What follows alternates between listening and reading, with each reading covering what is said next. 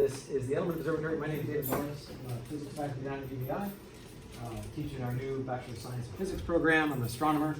I study these things called gamma ray bursts, what this telescope is designed to do. This building is the University of the Virgin Islands research facility. It's called the Etelman Observatory and not the UVI Observatory because it was built, not by UVI, but it was built by Harry and Elizabeth Etelman back in the 1950s. And this is their private house. They used to come down here on vacation. And Harry Etelman really liked astronomy, so he decided, and he had a lot of money apparently, so he decided that when he built this house, he just put like the biggest telescope he could find at the time in there, which is this really beautiful old 15-inch German equatorial mount, really expensive telescope right in the middle of the house. In fact, he built the house around the telescope. And they lived here a few years, and then they moved away, and they donated the house to the college, to CVI, which is now UVI. They just been formed around the time they were moving away.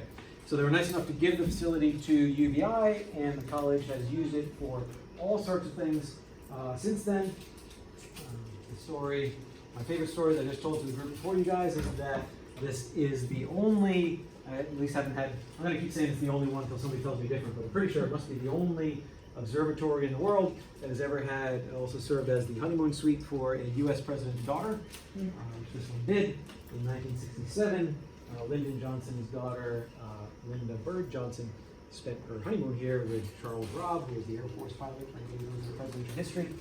They got married in the White House. They flew down here to the Caribbean for their honeymoon. They spent half their time here in St. Thomas in this house, and the other half over in St. John. Since then, the facility's gone through a couple of makeovers. About 2000, after a previous hurricane, they got the idea to take out that old telescope that was in there, put in the new telescope, which you may have seen if you've already been up on our roof. You've seen the Virgin Islands Robotic Telescope that was put in about close to 20 years ago. And they kind of refurbished the house at the same time to kind of make it a little bit more useful for research purposes. Put in a manager's quarters, put in an observer's quarters. You may have met Priya Gokul upstairs, who is our new observer. So the current incarnation of the facility has us doing, we teach our physics labs for our physics major students up here. We also do education outreach activities like this, but the primary use of the facility is for doing research. And we do primarily research into things called gamma ray bursts, which I described to you. I mentioned to you that's what I do. Our biggest claim to fame right now is that 2 years ago, when we were all sort of in the throes of recovery from Hurricane Irma, we had actually just had a really exciting discovery here. We participated in a very exciting discovery, what was known as gravitational wave event 170817, which was the first do you guys know what gravitational waves are? Heard of these? No, what is it? So Einstein predicted about 100 years ago that gravity should produce a form of radiation, the same way that like light is a form of radiation. And he said that any objects that move around one another, like you and me, when we walk by one another, we produce waves in the universe called gravitational waves. And he predicted them. There was some indirect evidence for them from objects in the universe, but nobody had ever actually seen them until about 4 years ago they were first detected. And 2 years ago, right before those storms happened, scientists were trying to find, the sort of holy grail of this science was to find a simultaneous source that produced both gravitational waves, they're really weak so it's hard to detect. The only things you can actually detect the gravitational waves from are things like big things, black holes colliding together, neutron stars colliding together. You and I produce them, but they're so small you can never see them. So we were looking for this holy grail, which would have been a source that both produced gravitational waves that we could detect and electromagnetic radiation, light, at the same time. And August 17th, 2017, we found the first object. It was a pair of colliding neutron stars, and observatories from all over the world, including this one, and the so-called laser interferometric gravitational wave observatories, the ones that do gravitational wave detecting. They all got together and they all followed this object, and that was sort of the archetype, the first and only ever discovered source that did that. So that's what we do here. We continue to follow up gravitational wave sources like that and follow more run-of-the-mill things like supernovae and exploding stars. That's the primary science that we do. But that's not what I'm going to talk to you about tonight. Tonight, I'm going to talk to you about Santa Claus. Because it's Christmas time, and who cares about anything except Santa Claus at Christmas time, right? Certainly, I don't care about Santa Claus right now. So we're going to talk to you a little bit about the physics of how Santa does what Santa does. Right? I'm a scientist, and that means that I hear all these things about what Santa does, and they sound amazing, right? Santa's an amazing guy. He's very big-hearted, makes all these toys, and he goes all around the world in one night and delivers them all over the world. Right? But as a scientist, I can't help but think, come on, the world's a big place. There's a lot of kids out there. That's a lot of toys. Not all of them are good, but many of them are good, right? So Santa's going to get all the way around the world, deliver all these toys. How can he possibly do that? So as a scientist, I got to be a skeptic, and I got to think about, is this real? How can Santa actually do this? So that's what I think a lot about. Don't tell my bosses and the president of UVI that I spend time thinking about that, because according to him, I just teach my students and think about gamma ray bursts and stuff like that. But on the weekends, I think about how Santa does what Santa does. Okay, so that's what I'm going to talk about tonight. So first of all, what does Santa use to, what pulls Santa's sleigh? Reindeer. Reindeer, right? So here's a picture of reindeer for you. There's a picture of reindeer. Reindeer, so far so good, right? Reindeer are a real animal, right? No problems there. We have pictures of them, right? There's a picture of a reindeer in the reindeer's natural habitat. They like snowy conditions. They live in Scandinavia, Norway, Finland, places like that, right? But Santa's reindeer do something else, right? Santa's reindeer do that, exactly, right? So Santa's got special reindeer. So here's the skeptical part of me. I've seen pictures, right? People have seen reindeer in the snow doing that. They've seen people in the, right? So that's fine. Trouble is that nobody's ever seen a flying reindeer, right? So then the question you have to ask yourself is, we've been here a long time. We've been looking for flying reindeer for a long time. I'm pretty sure people are motivated to find them. How come we haven't found them yet? Can they possibly exist if we are this late into the game and we still haven't found them? Well, here's my answer to you. Anybody know what that is? Besides a weird-looking fishy thing? Baby stingray. I'm sure it's related to stingray, because it is called a big fin squid. And squids are right? There's a relationship there. I'm not a marine biologist, I'm a physicist. But that is a big fin squid. It was discovered about 2 miles down by a deep sea oil drilling rig, and it was discovered for the first time in the history of humankind about 20 years ago. Never been seen before, right? There are hundreds of species of animals that are discovered every year that nobody's ever known about before. Now, most of them are like little microbes and bacteria that have some chromosome that's different from what anybody's seen before. But once in a while, we get like an honest-to-goodness big macroscopic animal that just people have never seen before. Here's another one. What does that look like? Polar bear. Yeah, exactly. Got the two names, right? It looks like a polar bear, it looks like a grizzly bear. Except grizzly bears are brown, and polar bears aren't quite that furry. So this thing is actually a pizzly bear. A what? A pizzly bear. That's the best thing you can come up with? Yeah, that's an actual animal, right? So this one's got a little bit of a break, right? Because it's climate change, and the polar bears are living a little bit further south, and the grizzlies living a little bit further north. So they're getting to know one another, and they made a new species. So that's a pizzly bear. Okay?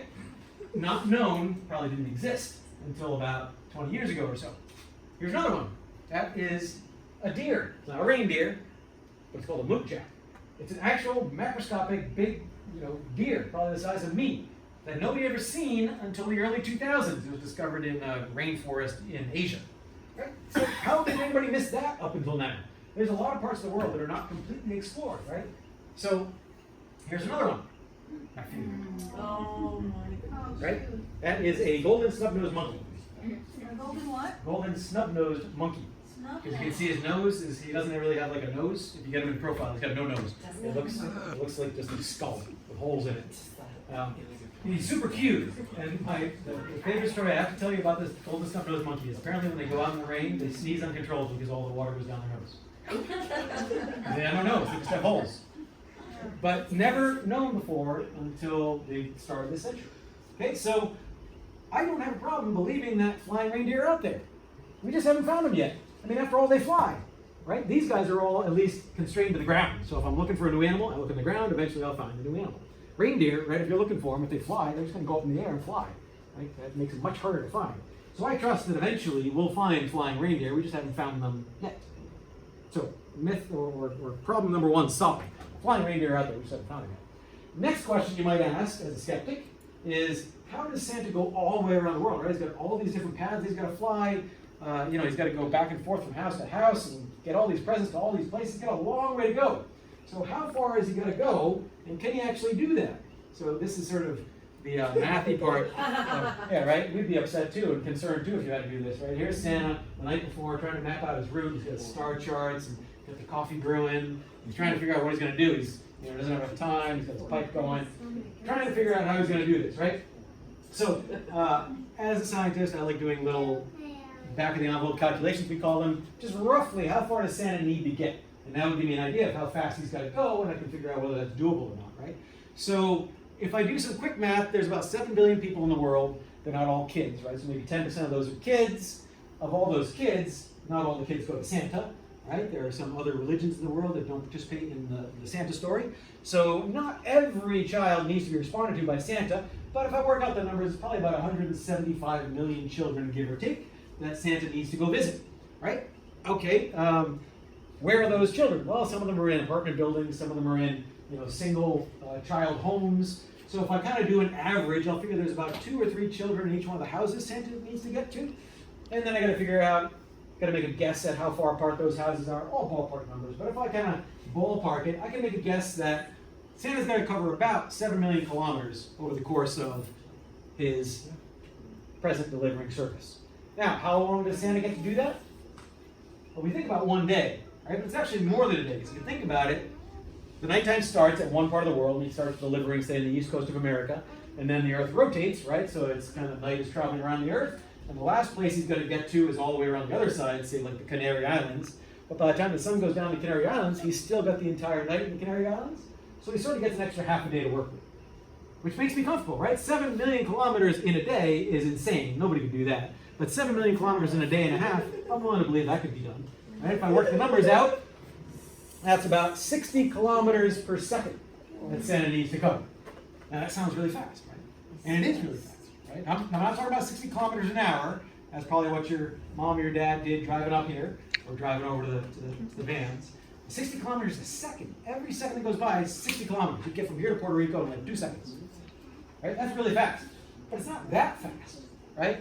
You guys might know that the fastest thing in the universe is light, right? And light moves about 300 million kilometers per second. So this isn't anywhere near that. Santa is not breaking any rules. He's not breaking the speed of light, not breaking any physics. He's just going fast. It's not even really that fast, about 0.02% the speed of light. So we just need to figure out what is it that Santa could be traveling on, right? He rides in a sleigh, right? But what is it? What does this sleigh look like, right? Here's what we think of his sleigh looking like, right? This sleigh is going to go real fast. So maybe that's not the right picture. What does Santa actually need for his sleigh in order to go fast? What goes fast? Reindeer. A what? A reindeer. A reindeer. Well, he uses reindeer, right? But maybe he has a sleigh that powers itself really fast, right? What if he used one of these for his sleigh? That's what it is. Right? What if he uses a rocket car? That's called Blue Thunder. That is the fastest car on the planet. Rocket cars. Rocket cars go really fast, right? How fast do you think rocket cars go? 60 kilometers per second? No. Nope, no way. They go about 1,000 miles an hour, Wow. which is nowhere near 60 kilometers per second. Right? That's about a tenth of a kilometer per second. Okay? Long way to go. Okay, so maybe we don't need cars. Maybe Santa, it's a sleigh after all, right? So it flies. So maybe he's using a jet. Right? No. So the fastest, no, you don't think so? Stay with me. You gotta humor me. Right? So this is the fastest jet plane in the world. That's called the SR-71 Blackbird. And it is the fastest plane. It goes about 2,500 miles an hour. We're still nowhere near where we need to get to, right? So you might be kind of seeing that I'm just off by huge amounts, off by orders of magnitude associated with scientists. I need something way faster than these terrestrial rockets and cars and things like that. Even like the space shuttle doesn't go this fast, right?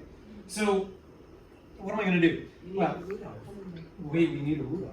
Well, you might know that as you sit here on Earth, you're actually going really fast, right? Even though you feel like you're sitting still, the Earth itself is going around the sun. It's rotating, and then it's orbiting around the sun. And when you get into outer space, things in outer space actually move pretty fast, close to these speeds we're talking about. The Earth moves around the sun, so you're moving right now, at about 20 kilometers a second. That's kind of what we needed now, but that's about the fastest that any of the planets go. I can get something that goes faster. The way that these celestial mechanics work is sort of the pointier the orbits, the faster things tend to go. Earth's orbit is about a circle, but if I go to something which is more elliptical in orbit, then it gets faster. And elliptical things are called comets. And here's a picture of Halley's Comet. That is just about the fastest astrophysical object I know about, and it moves at 60 kilometers a second. Now hang on just a second. Somebody said something about reindeer a second ago. Does anybody know the names of the reindeer? There's Dasher and Dancer and Prancer and Vixen on Comet. Comet! Comet is a reindeer! Now, do you seriously think that this is a coincidence? That Santa named one of the reindeers Comet just because he ran out of names? No. I put to you that Comet is a reindeer that travels at 60 kilometers a second, and he is there exclusively to make sure that Santa is able to move as fast as he needs to. Speed problem solved. Okay, next thing. Don't things get really hot when they move really fast? They do. In fact, that SR-71 Blackbird plane that I told you about, it heated up so much the body panels expanded. So wouldn't Santa heat up? Wouldn't the reindeer heat up? Okay, what I'm showing you here is a video of a man burning a blowtorch on something. He'll show you here in a second. But he's been burning that blowtorch at about 1500 degrees Celsius for 5 minutes. I condensed this down, but he's been burning it there for about 5 minutes. You can go look this up on YouTube. His name's Maurice Ward. He's going to show you what this is. He turns around, and you can immediately touch it. He's been burning it for 5 minutes with a blowtorch. You can touch it immediately, turns it around, shows you what it is. Can you tell what it is? An egg. Right? Now, after 5 minutes of being blowtorched, he's going to crack it open. And he's going to show you that the egg is still raw. Right? It's crazy, right? So that's a real thing. That guy's name is Maurice Ward. He's a hairdresser from England. And in his spare time, apparently, he liked to go to his basement and mix stuff up. If any of your kids like to make slime, like my daughter does, he mix stuff up. And he mixed up this slime one day. Apparently, was like super duper incredibly heat resistant, more so than any material that anyone has ever made in the history of materials. This is a picture of Maurice Ward, and everybody wanted this stuff. The military wanted it, NASA wanted it, because you can imagine you'd love to coat your space shuttles, your airplanes. You'd love to coat your tanks in this stuff so that people couldn't like heat flame your army guys. So everybody wanted this stuff, and Maurice Ward would not sell it to anybody. He supposedly passed away in 2011, never having given the recipe to anyone, never having sold it to anyone, never having partnered with any company to produce this stuff. And he would have been probably the richest man in the world had he done that. Now, why would he not sell this stuff? He spent his life apparently coming up with this recipe, and then he doesn't give it to anyone. Why do you suppose that is? He didn't want it to be used for military purposes. So he didn't want it to be used for military purposes for sure. I think the only reason a person wouldn't want to share that with others, maybe NASA, right, anybody, is that he needed to keep it for himself because he has a very explicit use for it himself. He needs to keep himself from burning up when he's traveling through the atmosphere at 60 kilometers a second. I put to you that this guy, Maurice Ward, looks a little bit like Santa Claus. I put to you that if you put a hat on this guy and stick him in a sleigh, he is Santa Claus. Question, is that why NORAD tracks him? I don't know if they track him, they track Santa, but I don't know if they get a close enough shot to tell whether it's Maurice Ward or not. Yeah, they're looking for that military secret. That could be, that could be. So I'm now comfortable that he's not going to burn up. He can move fast enough. He's got his, that material is called Starlight, by the way. And he's safe. But I still have a problem that, where is he going to put all those toys? He's got 175 million kids to get to, even if I just assume that each kid's toy is going to weigh maybe a kilogram. That's still a lot of kilograms worth of toys, right? 175 million kilograms worth of toys. To give you some perspective on how much weight of toys that is, you guys ever been down to Crown Bay and seen those big cruise ships that come in? Yeah. Biggest cruise ship in the world right there. The one on the back is called the Oasis of the Seas. The one on the front is some little Holland America tugboat or something. But that one on the back, right, that's the biggest ship. The one on the front holds 1,000 people. It looks like a rowboat compared to the Oasis of the Seas, which carries like 6,000 people. Right, so Santa's 175 million kilograms worth of toys. When put it into Oasis of the Seas units, you need not just one Oasis of the Seas or two, 3 Oasis of the Seas worth of toys is what Santa is carrying around with him on Christmas night. So that's a lot of toys. The size I'm not too worried about. I figure Santa can just have a really big sleigh, right? We've already figured out that he's got some pretty advanced science on his side. My question now becomes, where does he get all the fuel, right? Heavy stuff needs a lot of fuel to be moved. So I did some more math. I sat down and I started thinking about it. And if any of you guys have taken physics class in college or high school, and you might remember these equations like F equals ma, and energy is equal to force times distance. And luckily none of my students are here, so I can't put them on the spot. But if I sit down and work these things out, right, 165 million kilograms, that's the mass And then if I kind of make some hand-wavy guesses at what Santa's acceleration needs to be to get up to those speeds that we were talking about earlier on, and then I think about that 7 million kilometers, factor that in, the 7 million kilometers that Santa's got to get to. It turns out that he needs, that's the number over there, the amount of energy physicists call it, the unit is a joule, and he needs about 1.2 with 25 zeros worth of energy. After any Back to the Future fans? 1.21 gigawatts, right? So gigawatt is 10 to the 9 joules per second. So this is a gigawatt. So really, really a lot of energy. So how in the world are we going to get that, right? Doc Brown could barely do it for his little DeLorean, right? We need a lot more energy here. So Einstein to the rescue, right? Einstein has a very famous equation that gets Santa out of this conundrum. And the equation is? E equals MC squared. Yeah, no, say it. E equals MC squared, you got it, right? So what does that equation mean? The E is energy, the M is mass, and C is the speed of light, right? Physical constant. Speed of light, you gotta multiply it twice. And what that tells us is that everything around us, energy and matter are sort of interchangeable. All the stuff around us can be converted into energy. In fact, that's how the sun makes sunlight. It turns hydrogen that's in the sun into helium, and a little bit of the mass that made up the hydrogen disappears into the helium and comes out as energy. If you want to figure out how much, you take about the mass that disappears, multiplied by the speed of light twice, and you get the energy out. So we can do that with anything. There's matter and antimatter, and when they collide, they turn into energy.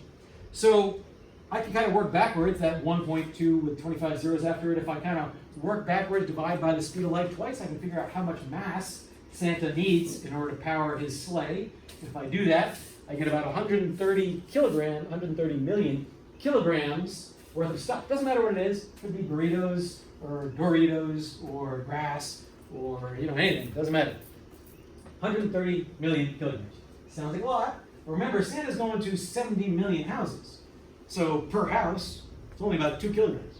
So he's got to somewhere find a couple kilograms worth of stuff to stuff into his food processor or whatever it is that he does to get this stuff turned into energy and power his sleigh. So where does he get that from? Right there. Have you ever left cookies out for Santa Claus? You should definitely leave cookies out for Santa Claus. If they disappear, Santa has refueled. Cookies, milk, carrots for the reindeer, all that stuff is not just good eating, it's critical to get them the energy they need to move on to the next house. So you have a prescription now. If you're going to leave milk and cookies and maybe carrots out, leave at least 2 kilograms. Otherwise, Santa will run out of gas halfway to the next house. Okay, so energy problem solved. Okay, so we've kind of brute force this, right? We talked about how we could use brute force method of Santa flying really fast, carrying all this stuff around the world to deliver all these toys.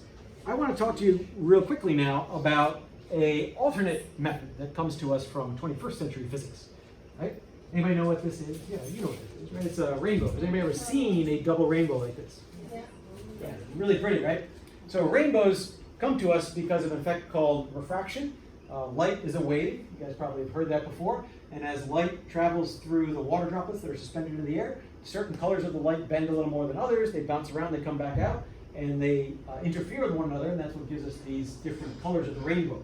So all waves do that. If you've ever been out in the water and you see like a boat's wake coming by you, when the wake sort of intercepts your boat or intercepts the natural waves, it makes the waves bigger, right? We call that constructive interference. So that happens with all kinds of waves. But what you might not know is that it also happens with particles. Particles like electrons, that's how we make electron microscopes that we use to look at bacteria and things like that. It works for protons, it works for everything. Every object in the universe has a wavelength. You have a wavelength. Your wavelength is really short. It's really hard to see your wave-like properties, we call them, but you have a wavelength. Everything has a wavelength. So let me talk to you a little bit. I got a little video to kind of talk about how this works. So the cool thing about waves, and therefore about particles as well, is that when they go through 2 openings like this, they don't have to choose which one they go through. They go through both. Here's a little picture of balls being shot at 2 slits in a wall. Okay, and as you expect, if you just shoot these balls at the wall, they kind of get scattered on the other side, right? Most maybe end up behind one slit or the other, but nothing special happens. On the other hand, if you send a light, this is a very famous experiment done about 150 years ago called the Young's double slit experiment. I heard it in physics class, if you ever took physics.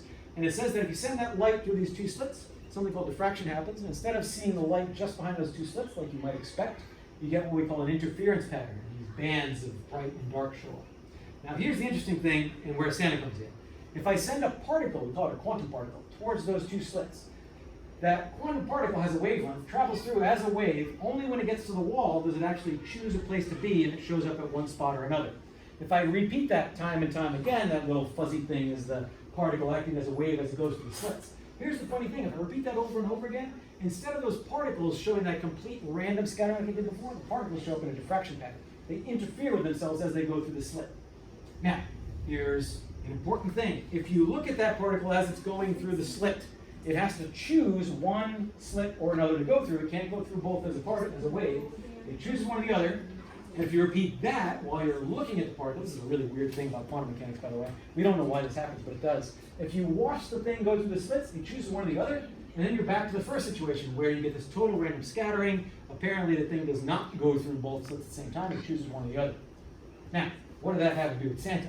Well, Santa doesn't go through slits. Does anybody know what this is? A picture. If I can get my, what's that? Chimney. It has a chimney, right? If I put two of those things side by side, they look an awful lot like two slits to me. And I claim to you that Santa does not need to go to every house on the planet. Santa is a quantum person, just like you and I are. Santa has figured out how to manipulate his quantum wavelength a little bit better than the rest of us have, but we've already figured out that he's a pretty good scientist. And he goes through all of these slits at the same time as a quantum object, delivers all the toys at once to all the trees, and then he comes back out. Quantum mechanics saves Santa. Now, you have to be a little careful, because what do kids like to do on Christmas Eve? They like to sit up and wait for Santa Claus, right? Do you guys sit up and wait for Santa Claus? Maybe. Try to, right? But usually get too tired and fall asleep. That's good. Don't try to stay up and wait for Santa Claus. Because remember what I said a minute ago. You watch that particle, or Santa Claus in this case, go through one slit or the other, immediately quantum mechanics collapses the wave function, forces that object or that Santa Claus to choose one house or one slit to be at, and that's the only place he can be. Now remember, Santa has all the toys with him. So if he shows up, if you collapse Santa's wave function, he shows up in one house, and that house isn't yours, what happens on Christmas morning? No toys. And that makes people very sad. We do not want that fate, right? But you might be thinking, well, maybe I'll be the lucky house where Santa shows up. Well, remember, he's carrying all 175 million kilograms worth of toys, and that sounds good until Santa drops 175 million kilograms worth of toys on top of you. You also don't want that outcome. Okay, so the moral of the story here is Santa knows apparently a lot more about physics than we do, and he can use it to do these amazing things that he does. But you have to cooperate a little bit. Okay, so on Christmas Eve, do what your mom and your dad say, go to bed early, do not wait up for Santa Claus, risk collapsing his wave function on you.